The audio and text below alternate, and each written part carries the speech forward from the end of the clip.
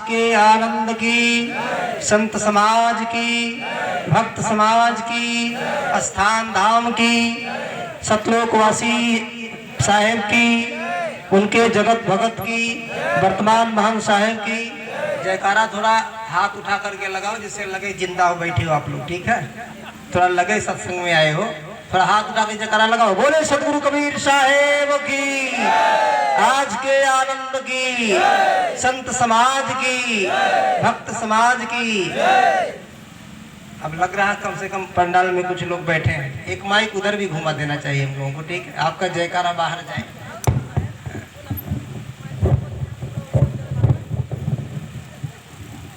अभी हम लोग परम श्रद्धेय संत श्री साहेब जी को सुन रहे थे। आपका परिचय आप लोग आपके परिचय से मोहताज नहीं हैं, लेकिन हम एक बार परिचय देने का काम करेंगे साहेब जी का। आप श्री गुरुबचन साहेब जी सीतापुर कबीर आश्रम से पधारे हुए हैं।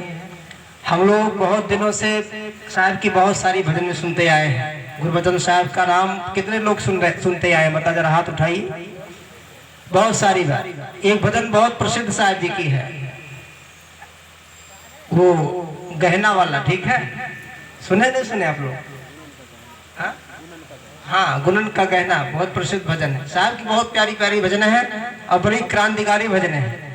तो 10 मिनट के समय में ज्यादा समय नहीं है, इसलिए हम साहब की ही भजन सुनाते हैं, ठीक है।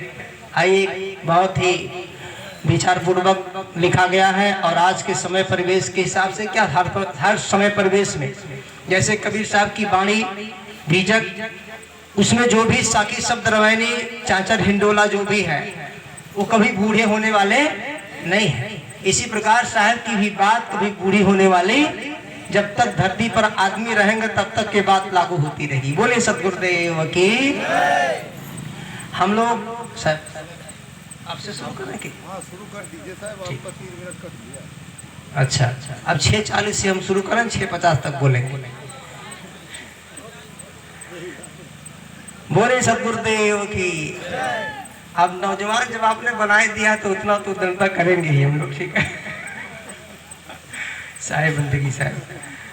तो आइए हम लोग साहब जी के इस भजन को सुनते हैं। उसके पहले थोड़ा सा विचार देखिए। मनुष्य शरीर में हम लोग आए हैं, आचरण सुधार पर ही सत्संग, जहाँ भी हम जाते हैं आचरण सुधार पर ही विचार दिए जाते हैं। अगर इसको हम इस शरीर के संबंध में, इस शरीर को साज के संबंध में थोड़ा सा समझना चाहें, जैसे शरीर एक साज है, ठीक है।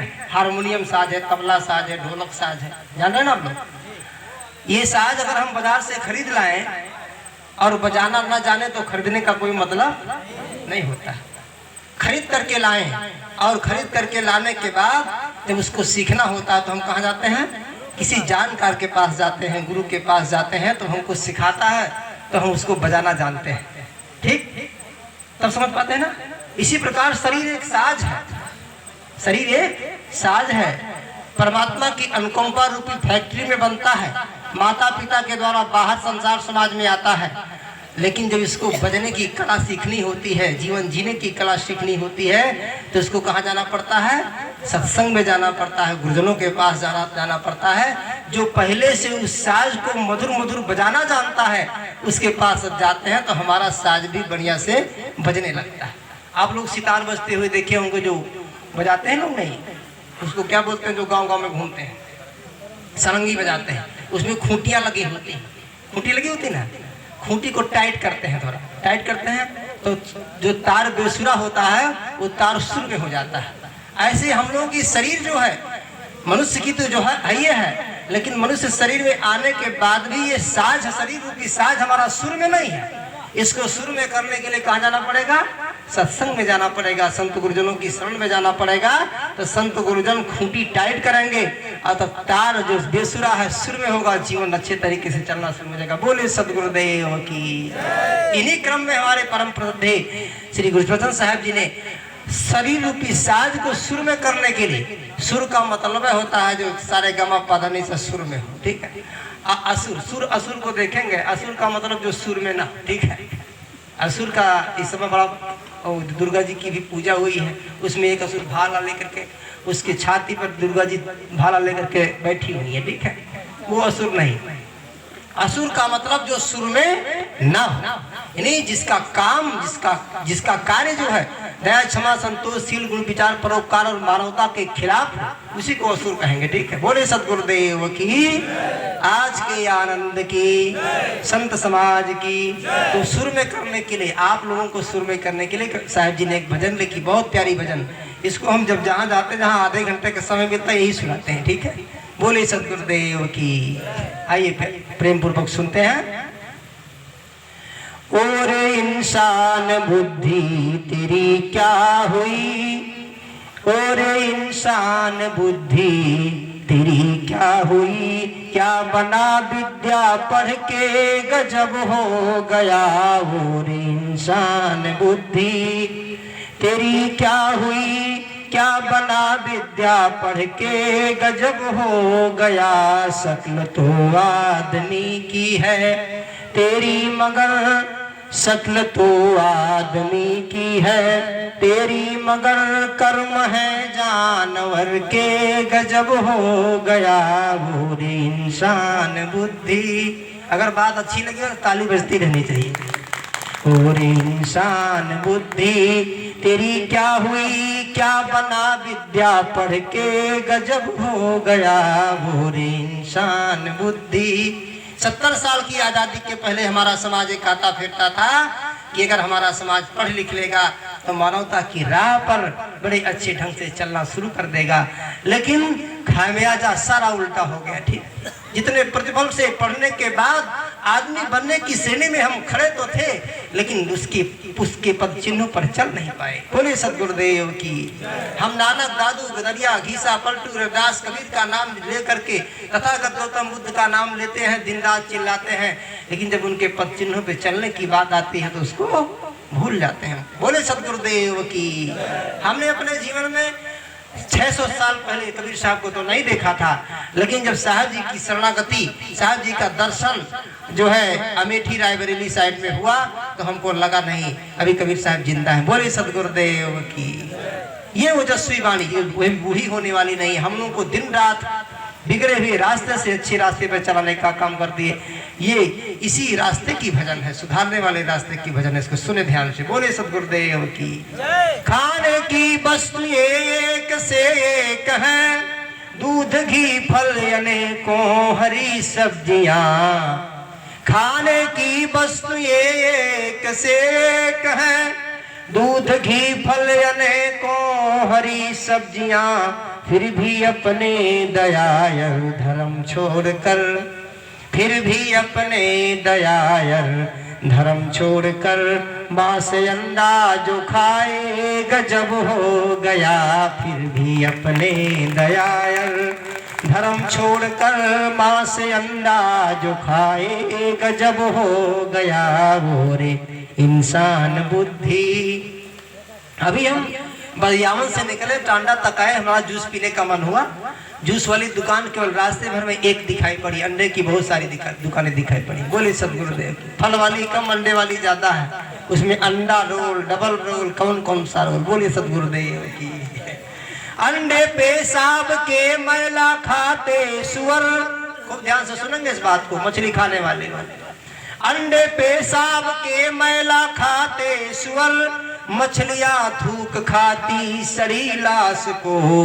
आंख से देख कर भी घिनाते नहीं, आंख से देख कर भी घिनाते नहीं। जीभ के स्वाद भर को गजब हो गया। वो रे इंसान बुद्धि तेरी क्या हुई, क्या बना विद्या पढ़ के गजब हो गया। माता के उदर से जब ये पैदा होता तो आदमी बनके तो पैदा होता, आदमी की शक्ल में पैदा होता है, लेकिन मनुष्य नहीं रहता है। उसको मनुष्य बनने के लिए संत सदगुरु की शरण ग्रहण करनी पड़ती है। जब तक आप संत सदगुरु की शरण नहीं ग्रहण करेंगे तब तक मनुष्यता नहीं आएगी। इसीलिए कबीर साहब ने कहा कि मानुष हो के नाम हुआ, नहीं कहा कि आदमी हो के नाम हुआ। आदमी होके पैदा तो हुआ लेकिन मनुष्य होके मरा नहीं। मनुष्य तब होता है जब उसके अंदर सारे सद्गुण आ जाते हैं तब। बोले सदगुरुदेव की। मूत्र मैला भरा जिसमें रहता रे, आंत भी वह सुअर की नहीं छोड़ते। आंत, सुअर की आंत देखो, सुअर क्या खाता है? मैला खाता है, मैला खाता है ना, उसकी आंत में क्या भरा रहेगा? जो हम लोग खाते हैं कहाँ जाता है? आंते में तो जाता है। और उसमें हमने देखा कि लोग मांस तो ले ही जाते हैं, उसकी आंतियां भी उठा ले जाते हैं, साफ करके उसको भी खा लेते हैं। बोले सदगुरुदेव की। राम सागर जी की तरफ से बहुत सारी भेंट, बहुत बहुत धन्यवाद। इसी तरीके से दान में श्रद्धा बनी रही, इसी मंगल कामना। बोले सदगुरुदेव की। मूत्र मैला भरा जिसमें रहता अरे, आंत भी वह सुअर की नहीं छोड़ते। मुर्गे को तो समूचा ही तल कर उसे नोचते दांत भर के, गजब हो गया मुर्गी को तो समूचा ही। अभी मछली का तालाब हो, उसमें आप थूक दो ना, और मछलियां टहलती रहे तो गपाक से थूक ले लेंगी। आप भोजन करने बैठो, अगल बगल कोई थूक देगा, भोजन करोगे? हाँ, नहीं करेगा, कोई नहीं करेगा। इतनी सब बातों को जानने के बाद संत सदगुरु कहते हैं कि इतना सब बुद्धिमान विवेकवान सब लोग हो गए। विवेकवान तो नहीं कहेंगे, बुद्धिमान जरूर हो गए, विवेकवान नहीं। ठीक है, बुद्धिमान होने के बाद भी आज तक आदमी को ये पता नहीं चला कि हमको क्या खाना चाहिए, क्या पीना चाहिए। ठीक है, बोले सदगुरुदेव की। गीध तो सिर्फ खाता मरे जानवर, बैल घोड़े गधे घास पाती चरे, किंतु मानव को देखो तो धरती पियो, जो भी पाए खाए चबाए, गजब हो गया।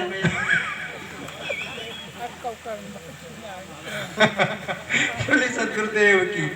किंतु मानव को धरती पे जो भी कुछ भी है, सबको खाए चबाए, गजब हो गया। तो साहब ने इसी बात को तो कहा कि जग में चार सुअर मोरे भाई, जग में चार सुअर मोरे भाई,